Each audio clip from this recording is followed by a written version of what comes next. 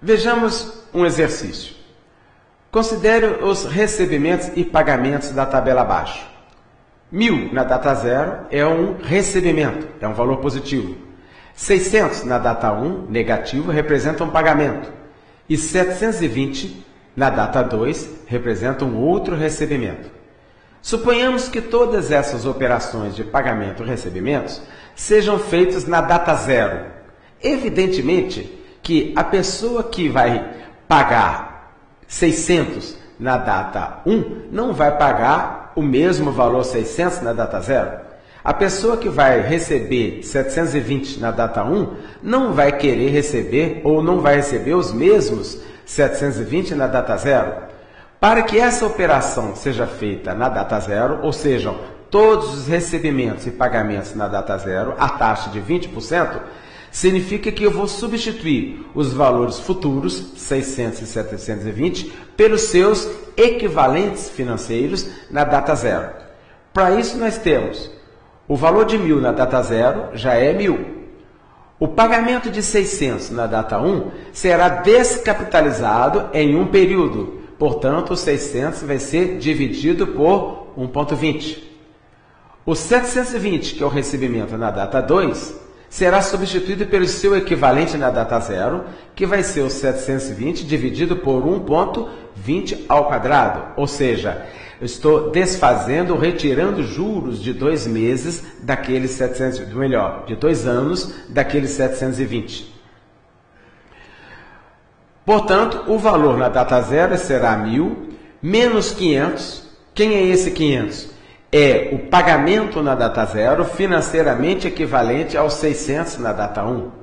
Mais 500. Quem é esse 500? É o recebimento de 720 na data 2, que será feito através do seu equivalente 500 na data 0. Portanto, o valor na data 0, o saldo, vai ser de R$1.000. Se todas aquelas operações, portanto, forem feitas na data 0, o saldo final vai ser de R$1.000.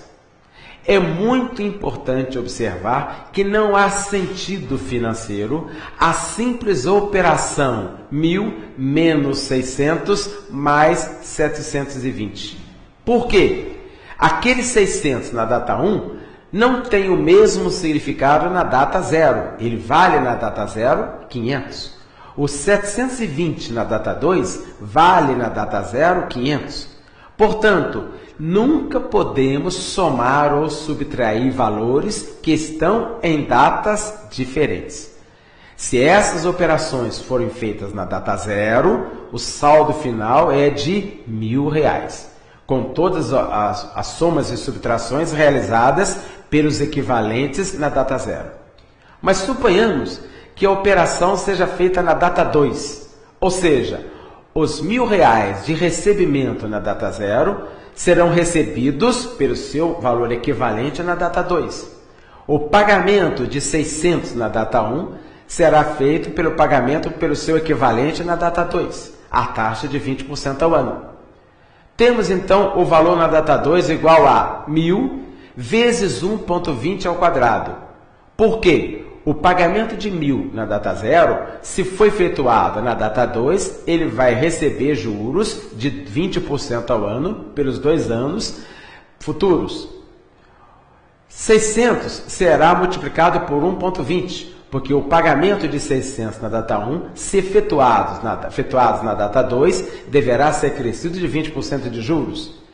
E o pagamento de 720 na data 2 será pelo mesmo valor 720, porque é a data onde a operação vai ser feita. Portanto, o valor final vai ser de 1.440, 1.000 vezes 1,20 ao quadrado. Quem é esse 1.440? É o valor na data 2, financeiramente é o valor de 1.000 na data 0. Menos 720. Quem é 720? É o valor na data 2, equivalente ao pagamento de 600 na data 1, mais os 720, que já é o recebimento da data 1. Portanto, o valor final vai ser de 1.440 na data 2. Se todas as operações forem feitas, portanto, na data 2, sobra 1.440 positivos. E se observarmos os dois valores, 1.000 e 1.440, o 1.000 é o saldo final dos pagamentos se efetuados na data zero. 1.440 é o saldo final se os pagamentos forem feitos na data 2. E observamos que 1.000 na data zero e 1.440 na data 2 são capitais equivalentes. Observe que 1.000 multiplicado por 1,44, que é 1,20 ao quadrado, ou 1.000 capitalizado a 20% ao ano por 2 anos, resulta em 1.440. 1.000 na data zero e 1.440 são capitais financeiramente equivalentes. Vejamos uma outra situação. Considere os recebimentos e pagamentos. Um pagamento de 500 na data 0, um recebimento de 400 na data 1 e uma operação que eu não sei se é pagamento ou recebimento na data 2. E ele afirma que o saldo final é nulo, ou seja, após os pagamentos e recebimentos, não resta nenhum valor no caixa. E considere a taxa de 10% ao mês. Vejamos como essa situação pode ser resolvida. Qual deve ser o valor de X? Considerando os equivalentes na data 2, ou seja, vamos considerar que todas as operações de pagamentos e recebimentos serão feitas na data 2. O pagamento de 500 efetuado na data 2, ele vai ser capitalizado em 10% por 2 meses, multiplicados por 1,10 ao quadrado. O pagamento de 400 na data 1 vai ser capitalizado em 10%, multiplicado por 1,10. E aquela operação que eu não sei se é pagamento ou recebimento, já na data 2, vai ser feita pelo próprio valor X. Mas eu sei que esse resultado, como o próprio problema disse, o saldo final é zero. Daí nós podemos determinar esse valor de X. 500 vezes 1,10 ao quadrado vai dar 605. O que é 605? É o pagamento de 500 na data 0 se efetuado na data 2, pelo seu equivalente. 400 vezes 1,10 dá 440. Quem é o 440? É o recebimento na data 1, efetuado pelo seu equivalente na data 2, 440. Mais o valor X é igual a zero. Portanto, 165 mais x igual a zero e concluímos que x é menos 165. O que significa x igual a menos 65? Que na data 2, a operação é de pagamento de R$ 165.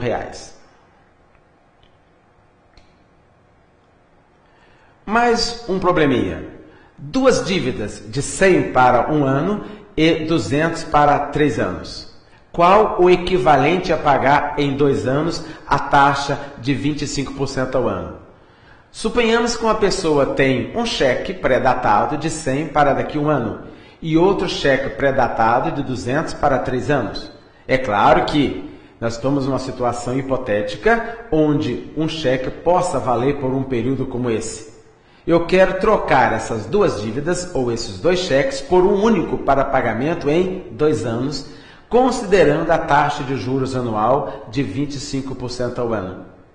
Essa operação será feita levando para a data 2 o capital de 100 e o capital de 200. Novamente, a nossa linha de tempo. Na nossa linha de tempo, colocamos o capital de 100 na data 1 e o capital de 200 na data 3. Essa é a alternativa primeira para o pagamento da dívida. A segunda alternativa de pagamento é efetuar todo o pagamento total através de um cheque só na data 2.